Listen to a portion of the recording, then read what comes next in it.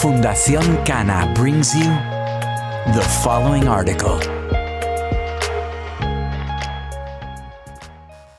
Pollutants in Cannabis by Scientific Team Fundación Cana, Barcelona, Spain. Cannabis must be free of waste products and pollutants which might pose a short or long-term health risk. Plants can be exposed to several types of chemical and microbiological pollutants during the whole production process, which extends from cultivation all the way to packaging. This must be avoided. Chemical pollutants, heavy metals. Some heavy metals that can be found in vegetables and particularly in cannabis are lead, cadmium, mercury, and chromium.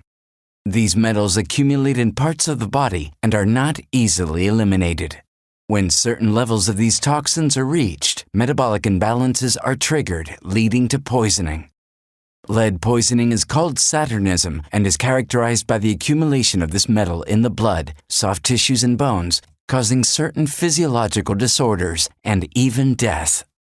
Not every plant can tolerate being grown with However, the cannabis plant is quite resistant to their influence. This feature, together with the fact that it is fast-growing, has led to the study of cannabis for phytoremediation. Phytoremediation consists of growing plants in polluted soil so that they will absorb the heavy metals and other pollutants, resulting in soil decontamination. The subsequent treatment of these plants allows for the controlled elimination of pollutants. It can also be used as raw material to manufacture certain products not intended for human consumption. The capacity of cannabis for absorbing radioactive cesium has also been demonstrated. The accumulation of these metals in plants is due to the cultivation in contaminated soil. Non-metal chemical pollutants, arsenic, nitrates, and nitrites. Water contamination with arsenic is much more common than we believe. In fact, there are several areas in Spain that have water contaminated with arsenic. The most recent case has taken place in Galicia, where gold mining caused waters to be contaminated with arsenic. Gold in these mines is part of arsenopyrite, which is pulverized and cleaned to isolate the precious metal.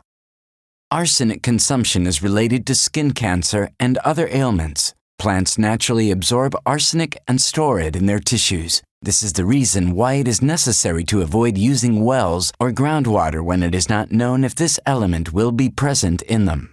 Soil could also be contaminated with arsenic. Nitrites are one way for nitrogen to be present in plants. Crops demand a certain amount of nitrogen for optimum growing. When we add fertilizer with organic nitrogen, this is transformed in the soil. Organic nitrogen, this is nitrites and nitrates in a process known as nitrification.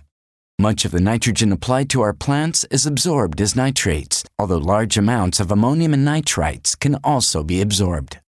When nitrates access our body, some of them can change into nitrites. The combination of nitrite with certain organic amines can produce substances with great carcinogenic potential, known as nitrosamines. Biological toxins. Toxins of biological origin can be found within chemical organic pollutants. These are produced by microorganisms, fungi, and bacteria. Some bacteria have such toxins in their cellular membrane and are known as endotoxins. When speaking about fungi, these toxins are referred to as mycotoxins and generally are substances segregated by these organisms. Pesticide residue. Cannabis for consumption should not contain pesticide residue.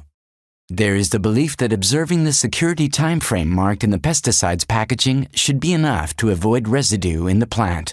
This is not always necessarily true. There is always a list of authorized crops in the packaging of chemical pesticides, which specifies on what crops the pesticide can be used. The reason why it cannot be applied to other cultivations is the maximum limit of residue. Depending on what plant species is treated with the pesticide, the final product will show different amounts of residue. There are no studies that indicate the amount of remaining residue after having applied a certain pesticide. Therefore, there is no way of knowing how much residue we ingest. The security timeframe detailed on the label does not apply to cannabis, as it only applies to the products listed on the label. Biological pollutants. Biological pollutants are those microorganisms, bacteria, fungi, and yeasts that can be found in the final product. During cultivation, plants can develop certain plant pathogens, mainly fungi. However, although these fungi only attack plant species and are not normally human pathogens, they can cause severe allergic reactions. There is a disease known as cannabinosis that is specific to those who work with hemp fiber and are constantly inhaling the particles suspended in the air. The main symptom is a serious respiratory failure. Some research points to the microorganisms that can be found in such particles as the ones responsible for cannabinosis. Some plant pathogens produce toxins, as it happens with Trichothium roseum, also known as pink mildew. A final product destined to be consumed should contain a minimum amount of these plant pathogens. A study was carried out in the United States to show what type of microorganisms could be found in the environment of indoor cannabis crops.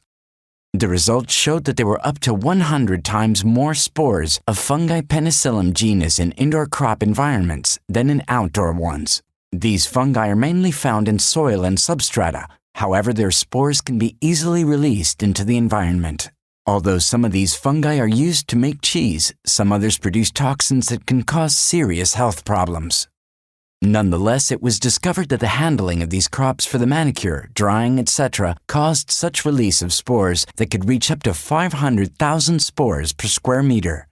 The study's research recommends using masks during the handling of the crop, as such a high concentration of spores can cause allergic reactions and hypersensitivity in workers.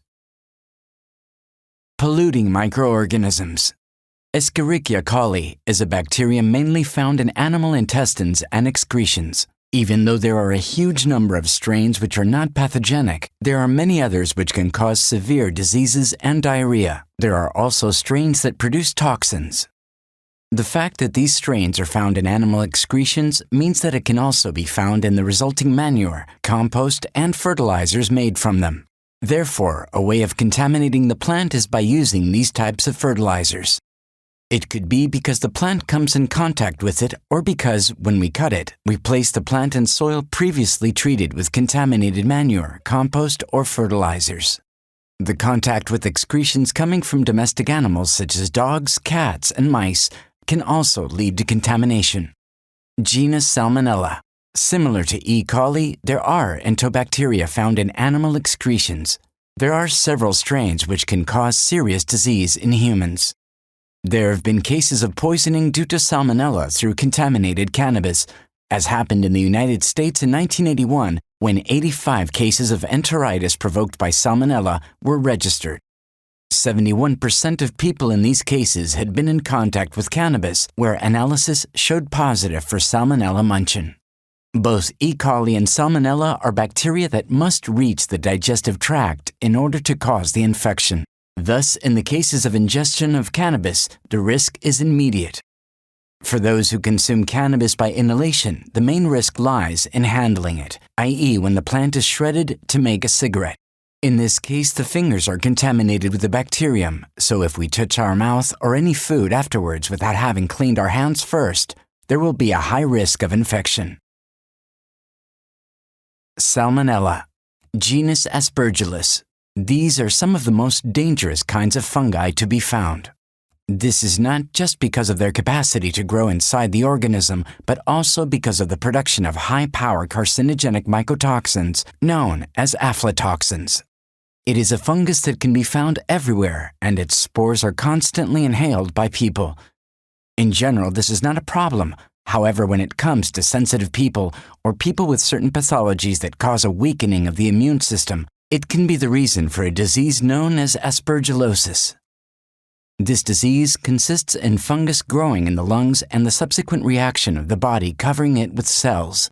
This produces a mass called aspergilloma, which will affect the organs. Cases of aspergillosis in cannabis users have been reported, as the spores are easily inhaled with each inhalation. This fungus mainly affects cannabis grown in conditions with a high level of humidity, or cannabis that has been stored in an environment of high humidity and heat. This article was brought to you by Fundación Cana.